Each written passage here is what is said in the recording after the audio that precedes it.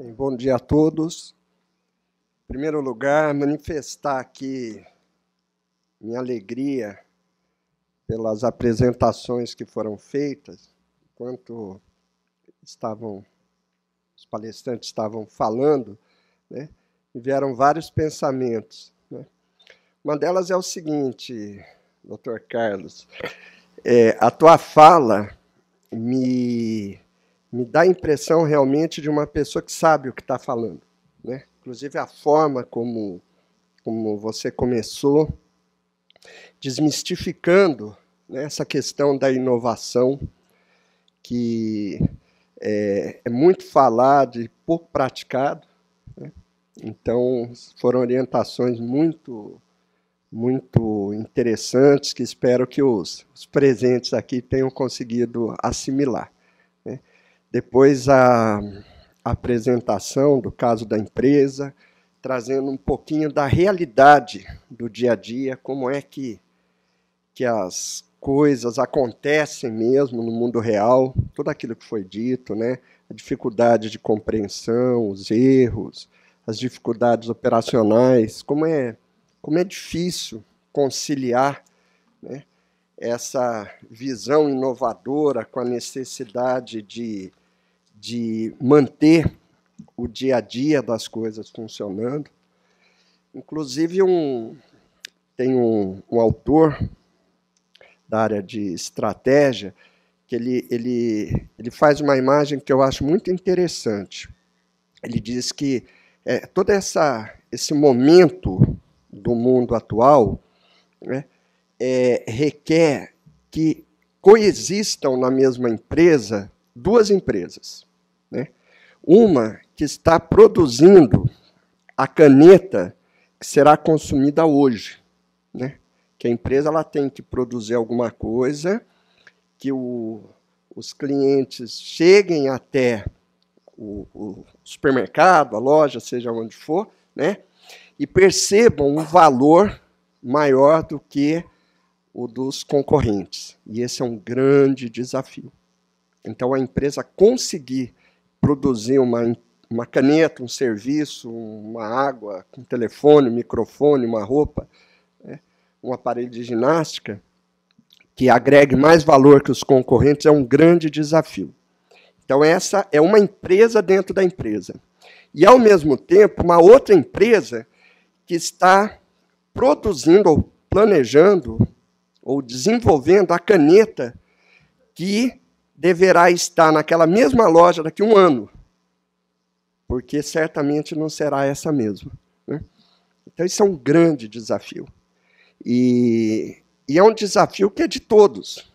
Então, não é uma questão de ser algo difícil ou não difícil, impossível ou não impossível, né? Porque o campo é o mesmo. As regras do jogo são as mesmas para todos. Então, é uma questão de entender como é que são essas regras do jogo e procurar, dentro delas, fazer da melhor forma possível. E algo que eu tenho já há muito tempo assim, o que nós podemos fazer para auxiliar, né, as empresas, principalmente de micro e pequeno porte, que são mais vulneráveis, que precisam mais, né, de atenção. Então, a gente aqui no Gaia, né, somos sediados no Ministério da Ciência, Tecnologia e Inovação, então a gente tem essa atenção, né, de pensar métodos e pensar como chegar, né? E, ao mesmo tempo, a gente percebe que existem alguns princípios básicos da vida que a maioria das pessoas não tem. Então, estávamos comentando, né? Tem um número expressivo de pessoas aqui dentro, mas também tem um número expressivo de cadeiras vazias, né? Onde estão essas pessoas? Então, eventos de alto nível que são oferecidos gratuitamente, né? E as pessoas não estão aproveitando. E porque é alguma coisa, vamos dizer assim, de senso comum, né? Digamos, eu tenho um problema gastrointestinal. Graças a Deus não tenho. Né? Ora, eu vou procurar informação. Oh, meu Deus, eu quero resolver esse meu problema. Né? Então, eu sou engenheiro de formação, mas trabalho na área de gestão há muito tempo. Né?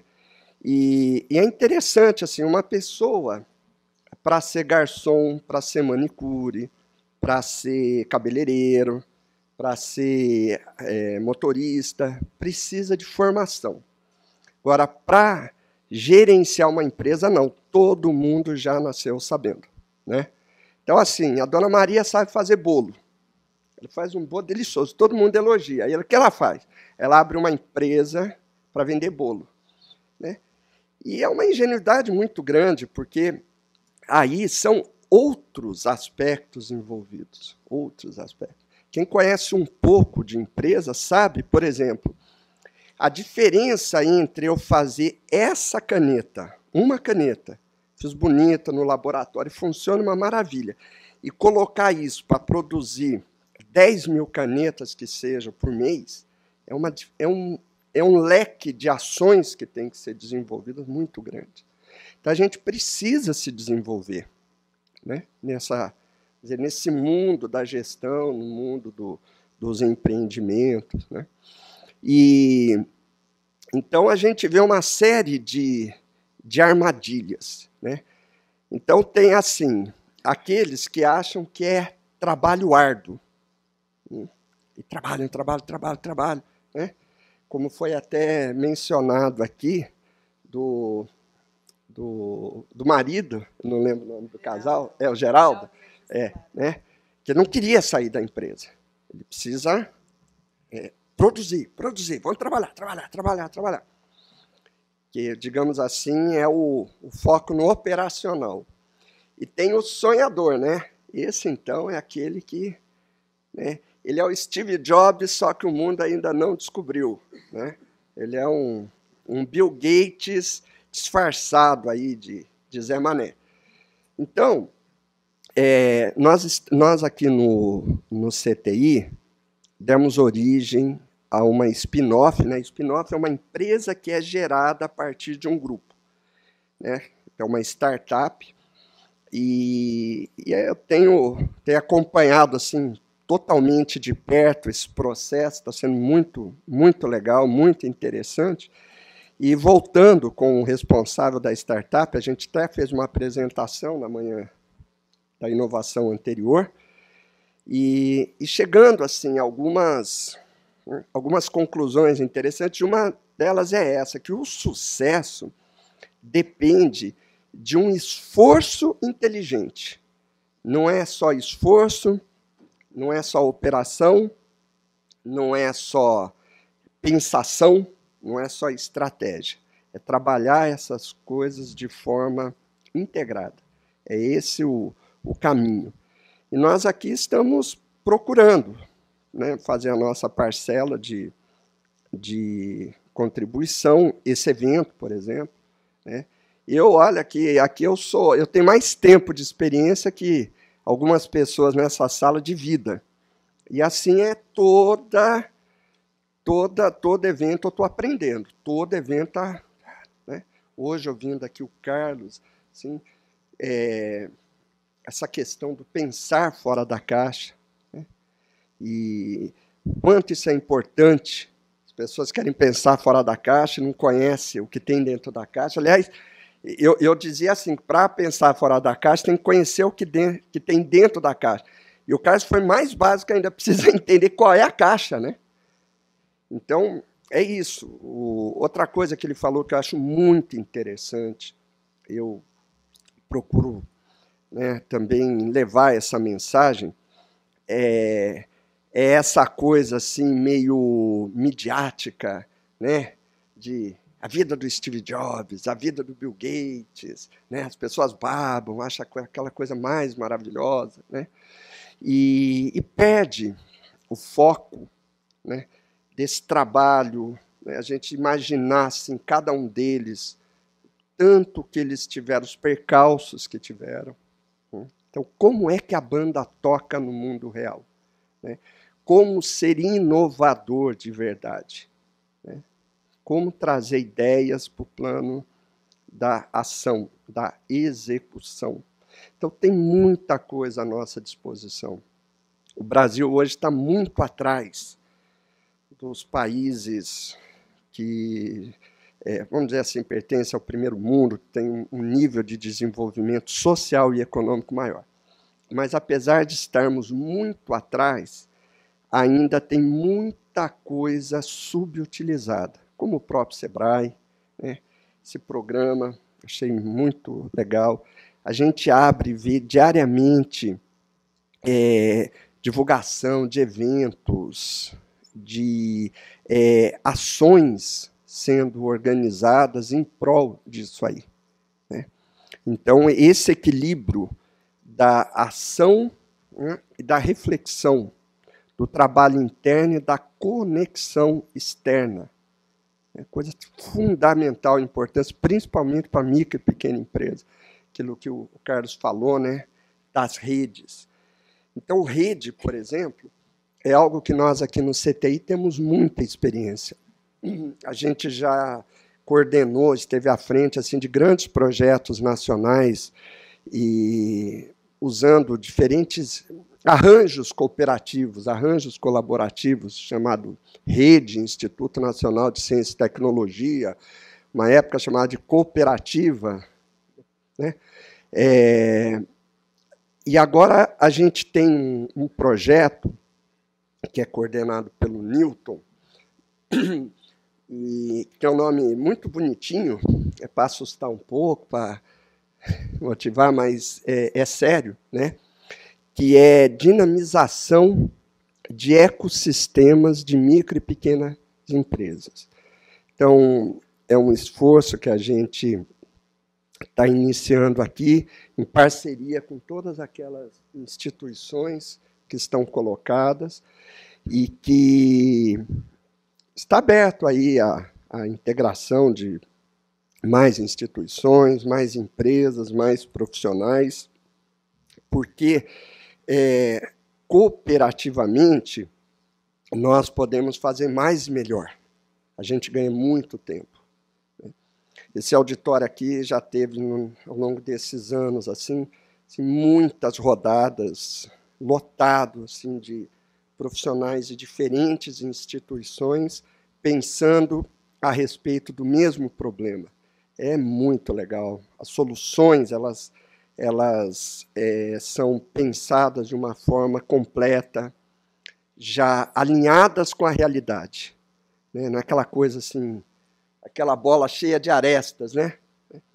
Então, é o que a gente está querendo para esse projeto, e até falei com o Newton, possibilidade de fazer conexões com a Inovativa, inclusive porque vem do MD, que também vai ser difícil, eles vão aumentando o tamanho dos ministérios, né? Aqui, quando eu cheguei, era Ministério da Ciência e Tecnologia, agora Ministério da Ciência, Tecnologia e Inovação. Daqui a pouco vai ser Inovação e Prosperidade, e vai aumentando. O MD que é a mesma coisa. Era desenvolvimento da indústria e comércio, aí foi aumentando comércio exterior, bababá, enfim. É pensar aí no desenvolvimento socioeconômico do país. Então, eu abro agora para as perguntas. Temos aqui, né, 2 profissionais competentes, com bastante experiência, aqui na plateia também, várias pessoas que podem contribuir. Então, estão abertas aí as perguntas.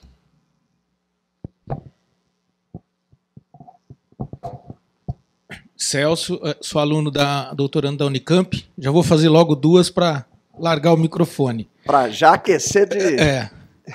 porque são tão interessantes que não tem como não abordar as 2 palestras. Uma é para o Carlos diretamente, que ele começou no início, né, dizendo que daquele programa de seleção de empresas, né, startups, vocês fazem uma média de 100 empresas, acho que com 50 mil de aporte aí, de inicial. Gostaria que você detalhasse melhor como é que essa forma de aporte desse dinheiro, né?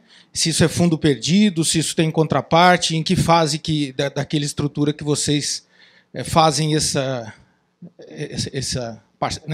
parcela aí, e depois para a palestra do Sebrae, que é uma pena que os autores não estejam, mas é mais uma provocação, na verdade, uma reflexão, quando a esposa coloca a situação de que eles estão num momento, né, que o marido, que na verdade é o cara, o inovador, digamos assim, né, aquele entusiasta e tal, e hoje eles estão numa fase que ele tem novas ideias, digamos. Na verdade, eu não sei se isso é inovação, na verdade, ou é um senso de oportunidade, né, que ele apresenta diante do mercado já estabelecido, mas, enfim, quando ele tem essa situação, ela vai lá no financeiro e corta o cara. Quer dizer, o potencial criativo, inovador, de fato, está, de alguma forma, em conflito com o carro andando.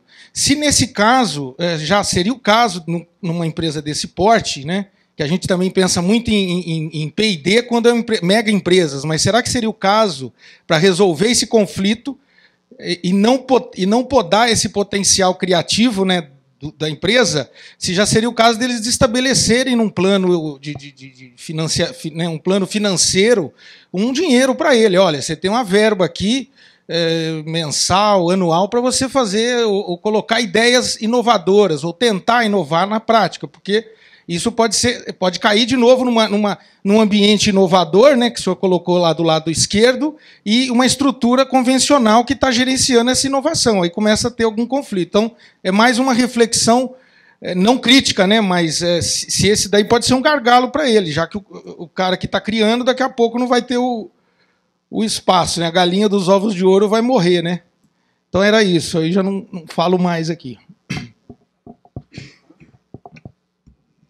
Alô? Alô? Tá ligado? Alô? Sim. Bom, falando um pouco sobre o programa Sinapse, lá nós temos Sinapse, já estamos no 5º ciclo, é um programa de mais ou menos 8 meses.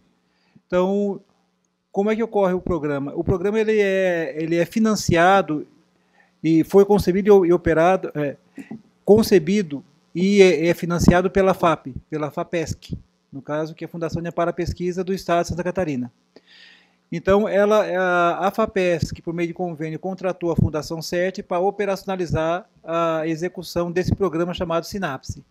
Então, como é que ocorre? É divulgado em todas as regiões do Estado para que todas as pessoas que tiverem ideias para startups, mesmo na fase de ideias, tá? Mesmo assim que ainda não tenha um protótipo e tudo mais, porque a ideia do programa é fazer com que as pesquisas das universidades, laboratórios e de pessoas ligadas à universidade gerem empreendimentos inovadores. Então, pode ser uma ideia ainda em fase de ideias, que está começando ainda. Então, passe por um funil, mas o funil é da seguinte forma: comece com uma proposta muito simples, de uma página ou duas. Aqueles que forem selecionados, aí é feita uma banca de avaliação, cai aí para umas 300, 400 ideias. Essas ideias passam por um programa de formação, onde eles vão aprender sobre modelagem de negócios, sobre a questão de captação de recursos, sobre a questão de desenvolvimento pessoal em termos de empreendedor, vamos trabalhar a questão de gestão, de modelagem de negócio, etc. Então, eles têm várias capacitações e orientações para aprimorar a sua proposta. Depois que eles submetem a proposta, são selecionados 100 empreendimentos que vão ser apoiados. Cada um desses empreendimentos recebiam originalmente R$50 mil. Hoje, na verdade, eles recebem R$50 mil, R$60 mil agora, mas, se eu não me engano, acho que são 40 ou 60 mil do Sebrae, mas de voucher para o Empretec. Empretec, não, desculpa, não é Empretec, é Sebrae Tech. É Tech também, mas é o Sebrae Tech. Então, lá eles têm um voucher para usar no Sebrae Tech e ainda tem mais 150 mil de recursos econômicos para cursos e consultorias. Então, chega alguma coisa em torno de R$300 mil que as empresas recebem de apoio hoje. Tudo isso é fundo perdido, tá? Não tem nada, eles não têm que devolver nada. Nós temos empresas que começaram no Sinapse há 4, 5 anos E tem uma, inclusive, que foi agora, no final do ano passado, ela foi vendida por 60 milhões de reais. Então, é uma empresa que trabalha com aquelas coisas que a gente adora na internet, que é indicação de compra, né? Você vai procurar uma geladeira, depois só aparece geladeira na sua frente, né? Então, a geladeira fica seguindo pro resto da sua vida. Então, a empresa faz isso aí, mas tudo bem. Ela acabou aumentando o faturamento foi Saraiva, em 40%. Então, isso é expressivo. Então, são empresas assim, que saem do nada e têm aí, faturam em milhões de reais. Isso dá uma dinamização muito grande. Nós temos também um programa similar no Amazonas. A gente imaginava que em Manaus a gente ia conseguir no máximo, assim, em função do estágio do ecossistema, imaginamos que ia conseguir alguma coisa em torno de 300 propostas de empreendimento. Nós recebemos 1.400. Então, isso mostra assim, que às vezes a pessoa fala assim, mas não tem empresa inovadora, isso aí é difícil. Não é, não. Tem, e muito. O pessoal fala assim, mas não tem empreendedor, o pessoal quer fazer concurso público. Não é verdade. Você está olhando para o lugar errado. Você está olhando para o lugar que as pessoas estão querendo fazer concurso público. Olha para o outro lado que você vai ver um grande volume de pessoas que não estão nem aí com esse negócio de concurso público. Então, eu vejo todo mundo falando assim, porque agora o negócio todo mundo quer fazer concurso público. Não, não quer não. É você que está olhando errado. Olhe direito que você vai ver que tem mais de 50% dos universitários brasileiros, numa pesquisa feita pelo MEC, disseram, pela primeira vez há 3 anos, mais de 50% disseram, eles perguntaram, qual é a empresa que você deseja trabalhar? 51% disseram, a minha. Isso não quer dizer que todos eles vão criar empresa, mas quer dizer que foi uma mudança gigantesca. Então, existe empreendedor em todos os lugares, é só procurar.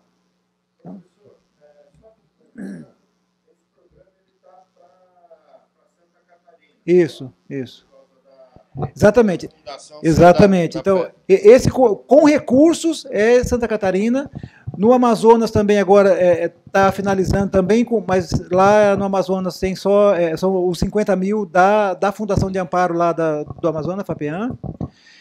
Vamos começar agora em Alagoas também fazer a mesma coisa, com recursos das FAPs. O Inovativa é um programa nacional, esses são estaduais. O Inovativa é um programa nacional, mas que não coloca recurso financeiro. Ele dá formação, orientação e acesso a recursos. Tanto que as empresas selecionadas no Inovativa entram na segunda fase já do edital Inovação do Senai. Então, tem 2, 3 fases. Quem é inovativa já entra direto na segunda fase, não precisa passar para a primeira. Uhum. Então, e esses recursos, na verdade, eles são valores econômicos, porque são disponibilizados cursos, etc. Não quer dizer dinheiro em espécie, vamos dizer assim, valor. 60 mil é dinheiro. É dinheiro. Dinheiro colocado. Por isso que, assim, a empresa que começa, o empreendimento, né? Vamos falar de empreendimento. O empreendimento que começa, ele não precisa estar formalizado. Mas assim que ele for ali, para receber o recurso, tem que formalizar a empresa com o CNPJ direitinho para poder receber o recurso, senão não recebe. Então tem 3 meses ali para formar a empresa. Às vezes é difícil, em 3 meses, conseguir formar a empresa, mas eles têm esse tempo aí de 3 meses. Sim? Fazer uma conta de padaria muito boa. 60 mil, 100 empresas por ano, 6 milhões por ano. Aquela empresa foi vendida por 60 milhões. Quer dizer que só nesse caso financiou por 10 anos o projeto. Tá, essa é uma conta de padaria. Vou fazer uma outra conta de padaria. Aquele elefante branco de Manaus custou R$1 bilhão, né? Quantos projetos desses poderiam ter sido financiados com aquele R$1 bilhão, né? Tem a segunda parte para responder em relação ao casal. Bom, bem-vindo à realidade das micro e pequenas empresas. É justamente isso que acontece. E é o nosso desafio, o nosso trabalho do dia a dia. É justamente a gente conscientizar essas pessoas de que é necessário esse investimento. O casal já inovou bastante em processos, também já inovaram em produtos que eles estão trabalhando. E uma coisa eu garanto para você, o Geraldo briga pela ideia dele, quando ele acha que é muito boa mesmo. Tá? Ele não fica aceitando de que não tem dinheiro como argumento para não começar a desenvolver. Ele vai atrás, ele fica em cima até conseguir.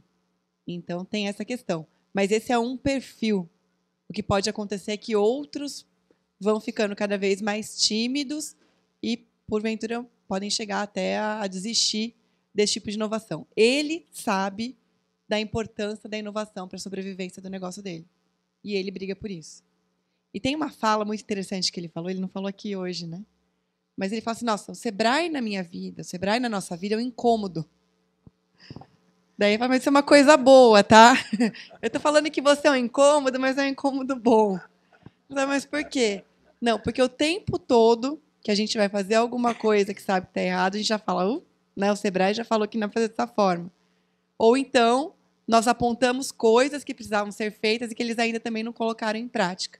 Então, uma das coisas que o Ali, que está acompanhando, está vendo com isso, vendo com eles e pactuando plano de ação e tudo, é melhorar essa questão também de ter esse recurso para a inovação. Mas a gente está falando de um caso particular. Não são com todos os empresários, não são em todas as empresas que a gente tem esse mesmo sucesso. Tá? Então, é um desafio grande aí do nosso trabalho. A gente gosta de desafio, mas os empresários eles também têm que estar abertos para poder assimilar tudo isso, né? Porque a gente não fala o que tem que fazer, a gente orienta. Olha, o caminho é esse e vai mais ou menos por aí, e o fazer ou não é responsabilidade dele. A gente não fica cobrando atrás. Mas ele fala, não, só de ter apontado ali, só de eu ter tomado consciência daquilo, já me incomoda. Então, eu já quero mudar. Eu acho que deixa bem claro isso. Depois ele vai ver no vídeo que eu falei isso dele, mas é verdade, tá bom? Obrigada.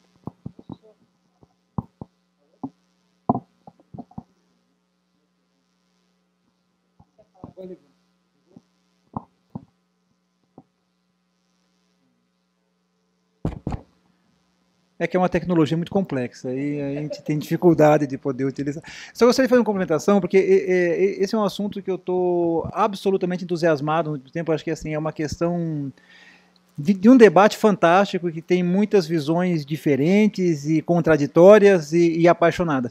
Que é essa questão do go ou não go, ou sim ou não, ou 0 ou 1, ou seja, vamos investir nessa ideia ou não, vamos investir nesse projeto ou não, vamos avante ou não. Isso eu estou absolutamente entusiasmado com isso, porque, em geral, nós orientamos, todas as pessoas que trabalham com isso orientam o seguinte, se tem uma ideia, então tá, então vamos preparar um plano disso, vamos organizar um modelo de negócio, vamos organizar... Tal. As evidências agora que têm sido mostradas mostram que não é esse o caminho. Não é esse o caminho. A gente tem que... Eu vou dar um exemplo bem legal que eu vi, acho que demonstra o que eu quero passar como mensagem. A IBM, na década final da década de 60, eles vislumbraram que um caminho seria trabalhar com você falar e o computador escrever. Você não fazer a digitação. Então seria por voz. Então, seria uma grande inovação, acabaria com o mercado de PCs com teclado, ia mudar completamente, eles iam se posicionar como uma grande empresa nessa questão de reconhecimento de vozes, seria um negócio fabuloso. Eles iam ter que investir alguma coisa em termos de 100 milhões de dólares no começo, depois mais $1 bilhão, mas isso era viável, tinha recursos para poder investir, porque isso eles sairiam como os grandes inovadores. Aí o pessoal falou assim, tá, mas isso aí nós vamos investir $1 bilhão em 6 anos, 10 anos, mas e se isso não der certo? Aí alguém falou assim, tá, mas quem que não vai querer deixar de digitar para falar? É muito mais fácil falar do que digitar. É evidente, é muito mais natural. Aí o pessoal falou assim, então tá, então vamos fazer um teste antes de investir em qualquer coisa. Ah, mas como é que a gente pode fazer um teste se você não tem reconhecimento de voz? Então foi o seguinte, pega o pessoal ali, os voluntários, coloquem ali no computador e fala para eles que aquele computador ali é super inteligente, é só falar com o computador que vai aparecer na tela o que ele está falando. E a pessoa sentava assim, meio desconfiada, e falava. E aparecia na tela o que ela estava falando. Aí ele falou assim, nossa, que fantástico, a pessoa ficou entusiasmadíssima com a ideia. Como é que eles faziam isso? Bom, atrás, tinha uma pessoa que ficava lá digitando, uma pessoa altamente capacitada, ouvindo o que a pessoa estava falando e digitando lá. Muito bem. E que eles chegaram à conclusão?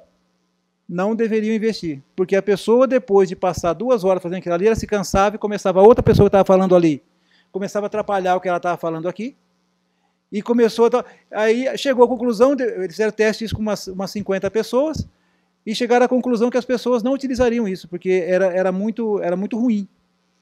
Então elas ficaram sabendo, gastando, sei lá, $10.000, ficaram sabendo que não valeria investir naquele momento, naquela tecnologia, podia usar isso para outra coisa, mas naquele projeto não valia a pena. Então, essa questão do go, não go, ou vai ou não vai, ou investe ou não investe, a gente tem que ir muito mais para a questão da validação. Tem uma ideia? Não vamos apostar em opiniões de ninguém, porque, em geral, as opiniões são erradas, inclusive a sua. Quem vai definir para você são as pessoas que querem fazer uma coisa e não estão conseguindo, e você tem uma solução para isso. Mas, para isso, você tem que identificar qual é o problema primeiro. Então, é um problema. Você fala assim, esse dia eu estava no aeroporto, pensei assim, vi uma senhora amamentando o filho, uma mulher amamentando o filho, eu falei assim, isso é um desconforto, porque tem aquela questão do constrangimento, de amamentar o filho no aeroporto, etc., não tem um lugar adequado, etc. Aí eu falei, podia pensar um negócio para fazer isso, para facilitar. Isso é uma ideia. Alguém pode achar que é fantástico, alguns amigos seus podem achar que é fantástico, deveria investir nisso. Mas vai conversar com quem vai usar o produto, com quem está com dificuldade. Aí, se as pessoas falarem que sim, aí você pode investir, passa adiante. Aí faz um protótipo minimamente viável. Então, quem fez isso, quem começou com a Palm Top, o pesquisador que fez o Palm, ele andava com um negócio de madeira no bolso, de madeira, ele fez para ver se era bom fazer o Palm.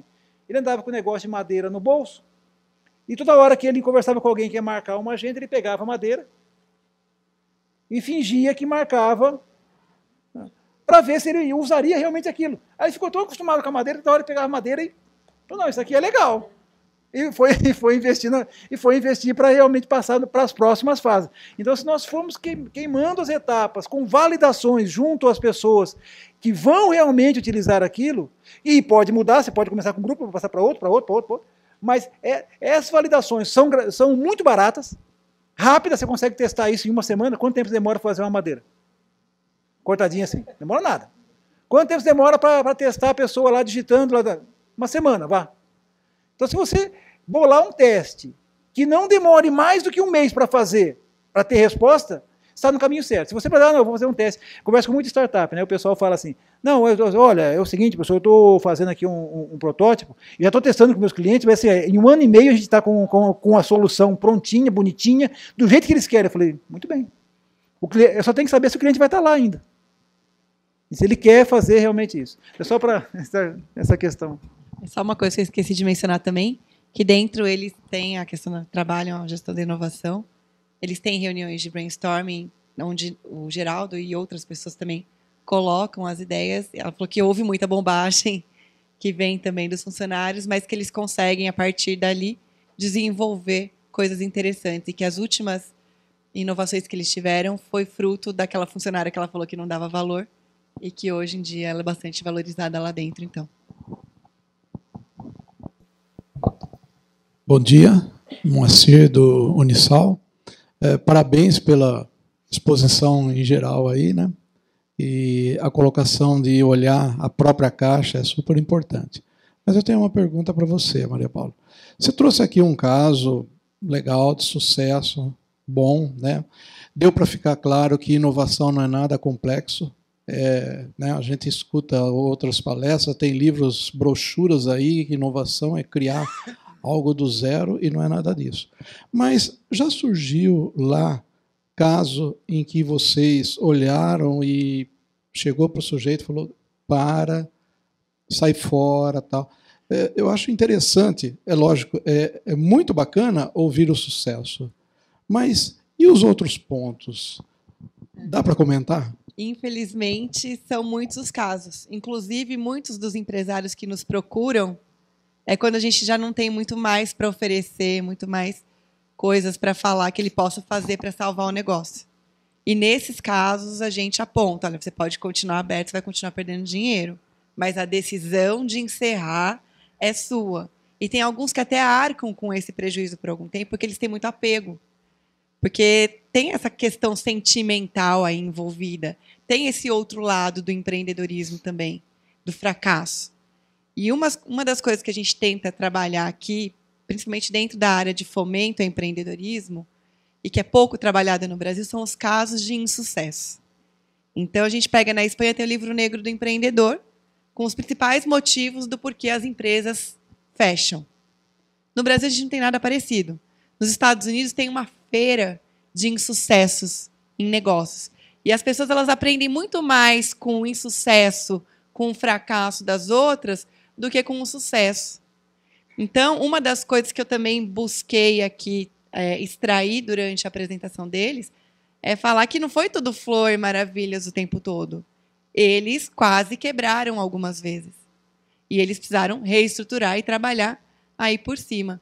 A gente tem dado esse direcionamento de trabalhar também cases de insucesso, porque o aprendizado para quem está vindo é muito maior. Só que, infelizmente, nós temos muitos empresários que chegam para nós e nós já não temos muita coisa para fazer. O Sebrae ele é visto muitas vezes como uma maternidade, onde as pessoas nos procuram antes de iniciar seus negócios, e muitas vezes como uma UTI. Então, é difícil recuperar alguns desses casos. A gente luta bastante para que pessoas, empresários que nos procurem mais quando eles estão num bom momento. Hoje, esses dois fazem isso. E nós temos mais alguns que fazem. Mas, normalmente, nos procuram quando eles querem reestruturar, quando querem melhorar, mas já está muito ruim, ou quando querem abrir uma coisa. Então, a gente também tem focado, a gente trabalha o setor segmentos também. Nós temos projetos lá que a gente foca para melhorar a questão da competitividade desses negócios que já estão no trilho, já estão tendo aí seu lucro, né, para melhorar ainda mais, para alavancar.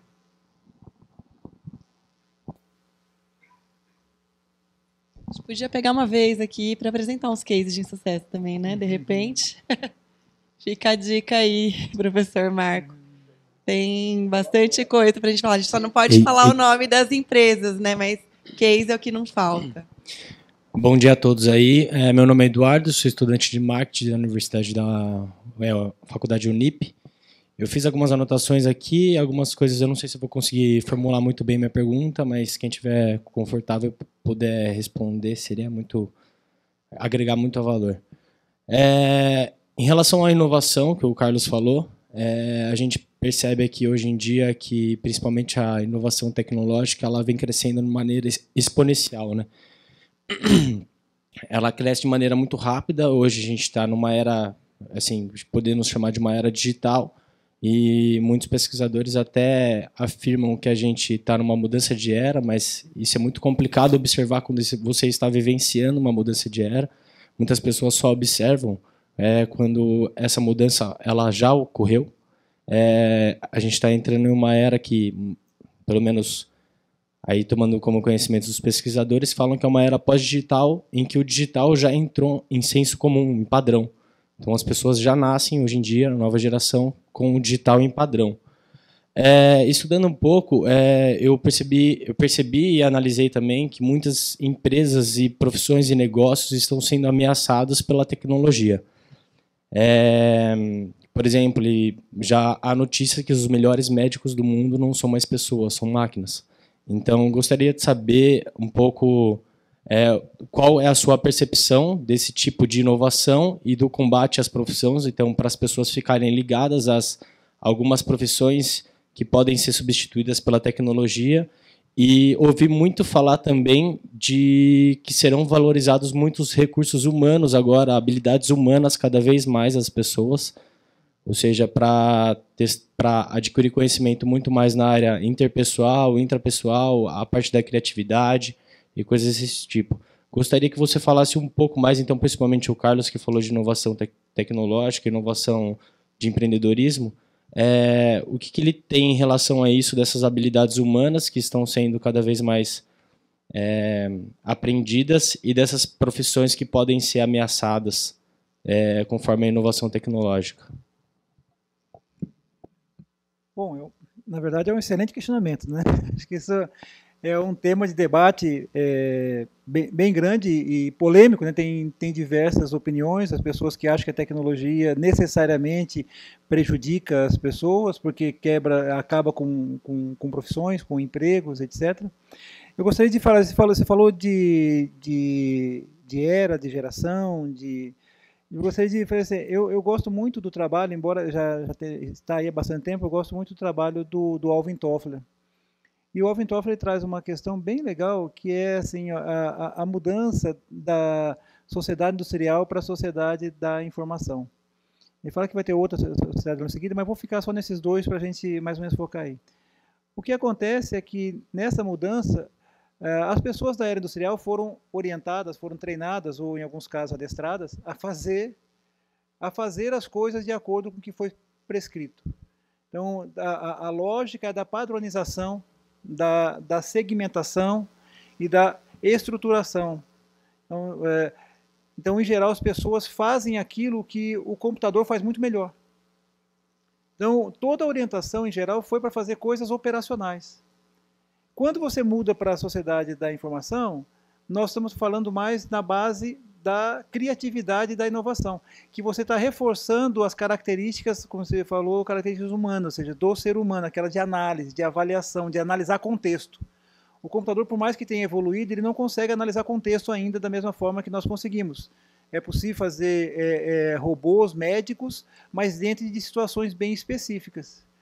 Se tiver fora daquele, para ele aprender com aquilo, é mais complicado, por causa do contexto, né? Então, veja assim, nós não temos como barrar a geração de inovação. Isso vai acontecer sempre. O que nós podemos fazer e devemos é investir que as pessoas tenham percepção de que a realidade mudou e que elas precisam se preparar para isso. Eu lembro sempre de um texto que eu li sobre os acendedores de lampião, no Rio de Janeiro, que começaram a quebrar todas as lâmpadas elétricas para que eles não perdessem o emprego. Pelo jeito isso não resolveu muito, porque... Então, outra coisa, eu estava em Blumenau, morava em Blumenau na época, e um posto de gasolina foi inovador e começou a criar lá aquele autoatendimento. Você chegava e você mesmo abastecia. O pessoal destruiu o posto e a prefeitura proibiu que qualquer outro posto pudesse fazer aquilo. Só que isso não vai acontecer. A mesma coisa com o Uber agora, as prefeituras e estados começarem a barrar. Não vai barrar. Não vai barrar.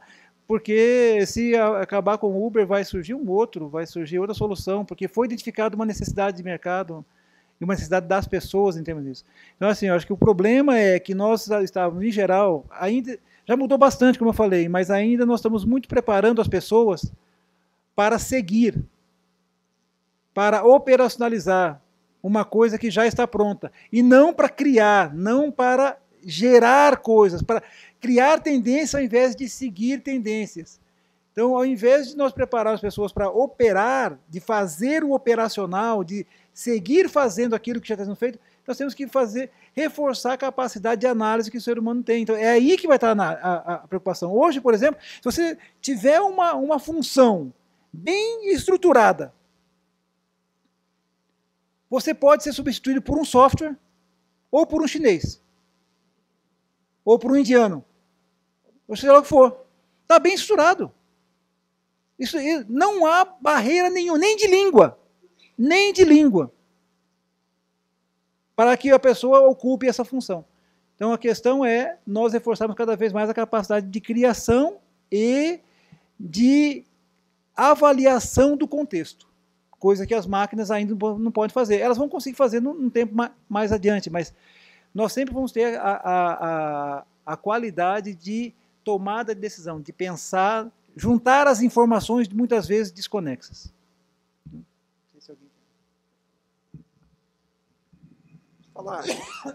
Só colocar um pouquinho minha colher nesse.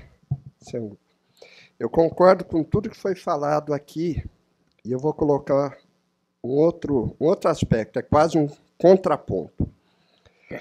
A história se repete porque ninguém presta atenção. Eu acho muito interessante essa questão da caixa, para mim, é a ilustração do que eu estou falando. Todo mundo quer pensar fora da caixa, mas assim, ninguém conhece, nem sabe onde fica a caixa, né? Não tem absolutamente nada, em todos esses contextos que a gente tem visto, estudado, que já não esteja sendo falado há décadas. Toda a Revolução Japonesa que aconteceu no pós-guerra, foi baseado no foco no cliente. É isso que o Carlos terminou de falar. Isso tem 50 anos. 30 anos atrás, nesse auditório, a gente falava isso, né? E é exatamente isso. As pessoas não prestam atenção, não percebem o que está acontecendo, né? Sempre a gente fica assim, num nível de superficialidade muito grande. O grande teórico da inovação chama-se Schumpeter. Ele viveu em 1923. Né? Então, eu estou dizendo isso pelo seguinte, nova era. A era é sempre nova, sempre nova. Né? Marco Polo, o que ele fez? Foi lá para a China, trouxe relacionamento, interação. Né? Então, o que a gente tem que, vamos dizer, abrir a nossa cabeça é parar com, vamos dizer assim, conceitos superficiais e aprofundar os conceitos. Estou falando de maneira assim, geral. Né? Assim, isso é novo. O que é novo? Isso é o que é? Novo por exemplo, isso aqui. Isso é novo, mas isso é uma ferramenta. Né? E eu sou engenheiro eletrônico, cara, eu fico assim... Eu lembro quando eu ganhei isso, eu falei, meu Deus, como é que é possível ter tanta coisa, né? Mas isso é uma ferramenta. O ser humano sempre foi exigido praticamente as mesmas coisas. Inclusive lá, quando a pessoa, por exemplo, percebeu que existia um negócio tão importante, que era o fogo, né? E procurou desenvolver uma maneira de se apropriar daquilo. Eu estou dizendo isso para a gente parar um pouco de tanto oba-oba. Né? Até eu falei quando o Carlos começou assim, tá falando que o Canvas, por exemplo, né? Coisas assim, que esse tipo de comportamento, qual que é o problema? Nos tira do foco de entender os fundamentos, porque os fundamentos nunca mudam. Eu sou professor também, né? Eu falo isso para os meus amigos, para os colegas, pessoas que vêm aqui, né? A gente tem que aprender a pensar. E a mesma pessoa, por exemplo, Leonardo da Vinci hoje seria um Steve Jobs ao cubo. É a mesma coisa, é perceber, olhar ao redor, né? Explorar, contextualizar. Não ficar criando um mundo que existe na nossa própria cabeça. Então, como é que é? O que o mundo está esperando de mim? Como é que eu devo, por exemplo, estava conversando essa semana com a Giovana. Pô, cara, acorda! São gerados 1 milhão de artigos científicos por ano. 1 milhão. Tem até um número lá. A Thomson Reuters falou 9 mil, 1 milhão. Beleza. Aí precisa ser gênio para entender que se eu quiser ler do jeito que se eu quiser aprender do jeito que vamos dizer assim, eu fiz lá na escola da Dona Mariazinha, eu nunca vou dar conta de me atualizar? Precisa ser gênio? Então você está esperando o quê? Aí fica novo. Não, olha o que está acontecendo. Percebe, por exemplo, fundamentos da empresa, é sempre a mesma coisa. Aquele triângulo que ele mostrou lá, aquilo lá tem... Né? Aquilo lá já foi refalado assim, com vários nomes na teoria. Aquilo lá é a base da teoria de sistema, tem uma outra forma de ler aquilo, que é o Business Theory, que é o seguinte, a gente, para ter sucesso numa empresa, você tem que conciliar aquilo que o mercado está pedindo e aquilo que eu sei fazer. É uma questão de caminhar, de equilibrar isso aí. E aí vem, né, o esforço inteligente. A pessoa fica procurando soluções mágicas, não vai encontrar. A pessoa fica trabalhando sem olhar para o que está acontecendo do lado, não vai ter sucesso. Então, são algumas coisas que eu acho importante da gente ter, né, presente, para não entrar nessa coisa do modismo. Porque o que vai acontecer? Daqui 20 anos nós vamos estar falando a mesma coisa. Essa questão do foco no cliente era um mote há 20 anos atrás. E está fazendo 20 anos e a pessoa está descobrindo a América, porque precisa olhar o que o cliente quer. Não é básico, né? Eu vou fazer uma festa na casa da Maria Paula. Maria Paula, você gosta de comida vegetariana ou prefere massa ou prefere carne? Precisa ser Steve Jobs para entender esse tipo de coisa, né? Então é isso, assim, a gente procurar fontes confiáveis, né? Trabalhar e colocar em prática de uma forma madura, consciente, né? E sair, então, desse oba-oba, que é uma coisa que quem trabalha profundamente no assunto, né, percebe e vê que isso leva a uma série de problemas, porque aí aparecem os falsos cantos da sereia, aparecem os falsos profetas, pessoa que até ontem nunca tinha trabalhado com determinado assunto, ele aprende, por exemplo, a fazer o Canvas e se torna um grande consultor de inovação, né? Então, coisas desse tipo assim, a gente ficar um pouco mais esperto, para não cair em armadilhas falsas. Só para finalizar, me ocorreu uma coisa que a gente sempre fala nos cursos, né, dependendo, quando a gente vai falar do Empretec principalmente. Do mesmo modo que estão sendo fechadas uma série de vagas, profissões estão em declínio, outras milhares estão surgindo vinda dessa nova tecnologia. Então, o diferencial continua sendo as pessoas. Quem aqui nessa sala não tem e nunca teve problema? Ninguém. Quando a pessoa ela vai se tornando mais empreendedora, uma das características, uma das competências empreendedoras é a identificação de oportunidade e iniciativa. Você pode reparar, se alguém está falando de algum problema, se você olhar melhor, por trás, muitas vezes, tem 1, 2, 3, uma série de oportunidades aí para serem desenvolvidas. Porque o que é problema para um, muitas vezes é para outro também. Então, a gente fala que a oportunidade está nos olhos de quem vê. Você começa a treinar esse olhar, começa a ficar mais ligado, você vai identificar milhares de oportunidades que antes você não passava por elas e não reparava. Então, a gente insiste que onde tem problema, tem oportunidades, a oportunidade está nos olhos de quem vê e que o grande diferencial ainda são as pessoas. Vale o investimento. Oi, Fernanda, da TechTrend. Eu queria abordar um ponto que é um pouquinho depois. Você falou do começo do produto, você tem a ideia, tem o problema, eu tenho o cliente que está testando a ideia, aí eu preciso vender. Isso tem que ir para o mercado.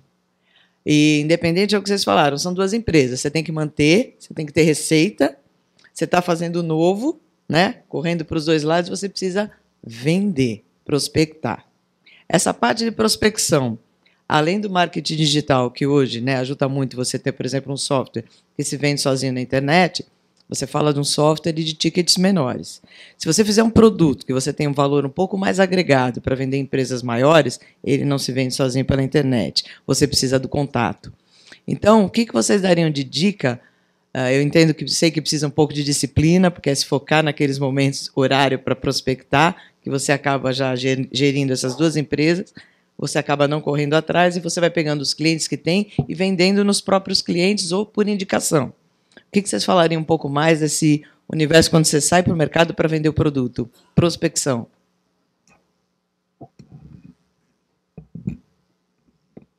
Eu gostaria de falar sobre um elemento que é a diferença em termos das métricas que se tem que monitorar quando está nessa fase. Porque, em geral, nós temos muito a questão de viabilidade econômico-financeira, valor presente, fluxo de caixa descontado, etc, etc. Quando nós estamos trabalhando com esse tipo de iniciativa, ou quando você está prospectando, essas métricas, essa contabilidade não funciona. Porque você pode até ter receita, você pode até ter geração de margem, mas o que realmente vale a pena ali não é o volume e nem o lucro. O que vale a pena é aquilo que é, por exemplo, quantos clientes novos chegaram e quantos saíram. Qual foi o volume de leads que chegaram aqui, quantos se transformaram em potenciais clientes, quantos se transformaram em clientes e quantos se mantêm. Então, essa contabilidade da inovação é uma área bem interessante que tem surgido agora, que, na verdade, vai um pouco diferente daquela questão da viabilidade financeira imediata. Uma iniciativa que está começando a se alavancar, está começando a crescer, ela não pode ser avaliada e monitorada pela contabilidade tradicional. Ela precisa ser avaliada por essa contabilidade da inovação. Então, o pessoal que está trabalhando com Lean Startup trabalha muito bem essa questão da contabilidade da inovação. Eu acho que essa é uma... E muitas vezes esse aspecto da contabilidade da inovação, definição das métricas que você deveria utilizar, às vezes é relevado. As pessoas não dão atenção a isso, dão mais atenção ao modelo de negócio, a Canvas, a questão financeira, do que a questão das métricas ali que vão te dar a ideia se vale a pena continuar ou não. Eu acho que olhar essas métricas com base no seu modelo de negócio, por exemplo, se for um modelo de negócio de associação de mensalidades, você tem que avaliar alguns aspectos. Qual é o volume de movimentação da sua base, quantos entram, quantos saem, etc. Se for um modelo de negócio de cauda longa, já são outras métricas. Então, talvez, acho que esse aspecto de buscar as métricas para a inovação, o que você pode acompanhar para verificar se você está crescendo ou não só em termos financeiros, você pode estar indo muito mal financeiramente, naquela ideia. Mas os resultados em termos de métrica de inovação podem te dizer, não, isso tem futuro. Então, acho que esse é um aspecto que eu gostaria de ressaltar, que às vezes ele não é bem enfatizado. As pessoas passam por cima disso e esquecem que, quando nós trabalhamos com inovação, com uma ideia que está entrando no mercado, começando a escalar, precisa ser avaliada e monitorada de maneira diferente do que o que já está funcionando. O Carlos falou da questão importantíssima da métrica. E outra coisa que acho que é interessante, a gente percebeu o seguinte: o marketing está mudando. Então, a prospecção. Hoje em dia, a gente investe mais no marketing inbound do que outbound. Então, a gente não fica anunciando para o mundo que a gente existe. A gente tem que ter uma estratégia para começar a atrair essas pessoas que querem, nosso público, né, que quer consumir aquele produto, aquele serviço que a gente tem para oferecer.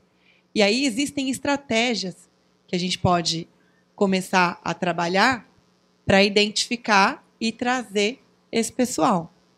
Então, tem uma série de coisas que podem ser feitas a partir desse estudo, e começar a atrair esses clientes. Então, é diferente, não é só ficar nas visitas da provocação, mas também atrair, seja através de uma comunidade que é criada, ou então identificar já essas comunidades existentes, para poder chegar até essas pessoas e elas começarem a te ver como um especialista naquele tema, naquele produto, naquele assunto, te dá credibilidade para que você passe a ser visto dessa forma também. Então, é mudar também a maneira de fazer marketing. Hoje em dia, o marketing outbound está por fora, né? Ainda serve para determinados tipos de negócio, mas a gente tem o marketing inbound, que a gente consegue trazer muito mais esses clientes, atrair muito mais esses clientes para o nosso site, para o nosso grupo aí, né? Com um custo muito menor, inclusive. Nós temos tempo para mais uma pergunta, se houver. Aqui, ó, já estão sinalizando.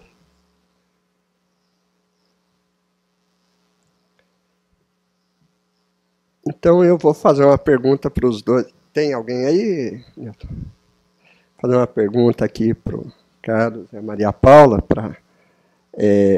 Então, que recomendação final vocês podem dar para uma empresa que está começando, né, dentro de tudo isso, né, fazendo uma síntese de tudo isso que foi falado, e também fazer aí uma, né, se quiser falar mais umas últimas palavras hoje.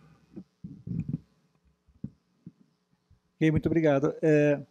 Bom, primeiro eu queria falar o seguinte, eu estava refletindo aqui sobre o que eu falei a manhã toda, só quero ressaltar que eu não sou contra o Canvas, não, tá? Tem nada, aliás, muito pelo contrário, eu acho a ferramenta fabulosa, eu uso demais, em todos os meus trabalhos eu uso sempre. Agora, a questão é quando usar, em que situação usar e usar bem. A maioria usa muito mal. E usa na hora errada. É a mesma coisa, você quer andar de bicicleta e você começa por uma moto de alta velocidade. Não vai funcionar. Você pode até fazer, mas vai fazer uma coisa horrível. Então, primeiro, tem outros fundamentos a trabalhar antes de chegar lá. Parece que você tem que começar por ali. Não é. Então, só para ressaltar isso. E eu acho o seguinte, a questão central, para mim, da inovação, e que é a coisa mais difícil, é essa questão de você se colocar em rede, de você ampliar suas conexões. Porque, em geral, quando a gente entra no dia a dia da empresa, nós falamos com as mesmas pessoas sobre os mesmos assuntos e chegamos às mesmas conclusões. Então, esse é o grande problema. E aí, como que você faz para tocar o seu negócio e, ao mesmo tempo, conectar com pessoas que não têm nada a ver com o seu assunto? Então, esse é o grande desafio, a gente conseguir fazer uma curadoria de rede, ou seja, você avaliar as instituições que vale a pena você se inserir, passar a atuar de maneira mais cotidiana, mesmo que sejam áreas completamente diferentes. A área de design, a área de moda, ou a área de aeroespacial, seja lá o que for. Então, o trabalho nosso é construir o nosso próprio ecossistema. Esse é o grande desafio. Nós sozinhos, na empresa, não vamos conseguir fazer muita coisa. Com as pessoas da empresa nós conseguimos muito, mas se não, essa fase de fazer sozinho dentro da empresa já acabou. Não existe mais essa possibilidade. Você pode conseguir muita coisa só com a sua equipe, mas se não estiver conectado a um ecossistema, mas não é um ecossistema pronto, é um ecossistema que você criou para a sua empresa, que tenha profundidade, ou seja, instituições, desde questões conceituais até questões operacionais e de desenvolvimento, e variada, com diversidade. Então, quem vai montar isso? Ninguém vai montar isso para você. Quem pode montar isso é você, mas você tem que ter a iniciativa de começar a pensar qual é o perfil do seu ecossistema de inovação. Do seu. Tem um ecossistema de inovação aqui de Campinas. Tem um ecossistema de inovação de lá de Piracicaba. Mas esse sistema de inovação não serve para você. Você tem que construir o seu dentro desse macro. E isso é um trabalho que você e sua equipe têm que fazer. Isso não é de ninguém. O Sebrae não vai fazer isso para você, o Senai não vai fazer isso para você, o CTI não vai fazer isso para você. Pode ajudar. Pode te mostrar o que existe. Mas, então eu acho que o grande desafio é a questão da rede. Porque a rede vai te mostrar que você está completamente errado sobre a sua casinha. Era isso, obrigado. Bom, além da questão da rede, tem uma coisa bem interessante, que é o seguinte, os 3 principais motivos de fechamento de empresa ainda hoje é falta de planejamento prévio, má gestão empresarial e comportamento empreendedor pouco desenvolvido. Então, se a gente olhar, planejamento depende de quem? Do empresário. Gestão, dele também. Comportamento, dele. Então, ainda hoje, com crise e tudo, os 3 principais motivos de fechamento de empresa têm a ver com o próprio empreendedor, e ele muitas vezes ele está acostumado a culpar um terceiro, um quarto, né? É culpa de todo mundo, do cunhado, do vizinho, do cachorro, menos dele. Então, é se preparar para empreender. A gente trabalha dessa forma, então. A GV lançou um estudo agora, recentemente, que fala que apenas 13% dos principais motivos de fechamento de empresa nesse contexto de crise super recente tem a ver com o cenário atual. O restante tem a ver com a questão da gestão. Então, a gente começar a se olhar. Vou abrir? Vamos nos preparar antes. Vamos entender o que é empreendedorismo. Por quê? Porque a gente entende muito do negócio. O professor Filhão veio ao Brasil num congresso internacional, ele é um dos papas do empreendedorismo, já era, há muitos anos ele continua sendo, e ele falou o seguinte, olha, as pessoas estão acostumadas a ver o empreendedorismo como uma das atividades, um dos ofícios que são feitos dentro da atividade que ele exerce. Ele fala, não, eles estão errados. Empreendedorismo é um ofício, só ele, que se sobrepõe muitas vezes a um outro ofício, que é o core business lá do meu negócio. E eu tenho que aprender. O que exige esse empreender? Eu preciso desenvolver essas competências para conseguir resultados melhores no meu negócio depois. E uma coisa que eu super indico, quem quiser participar, já falamos disso hoje, é o Empretec.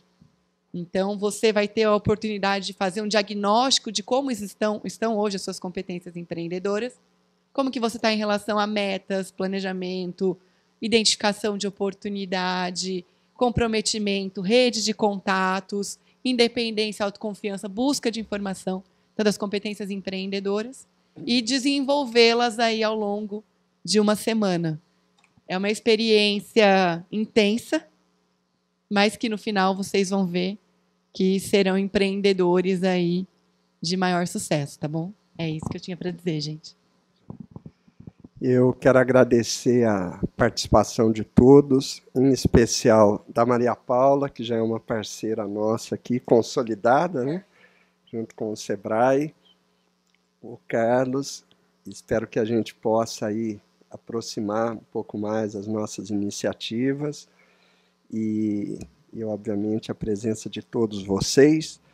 E só reforçando aquilo que o Newton disse no início, esse evento está dentro de um projeto aqui do CTI, chamado Manhãs da Inovação, que já existe há alguns anos. Ele é financiado pelo CNPq e temos edições regulares, normalmente mensais, e provavelmente a próxima edição será somente em agosto.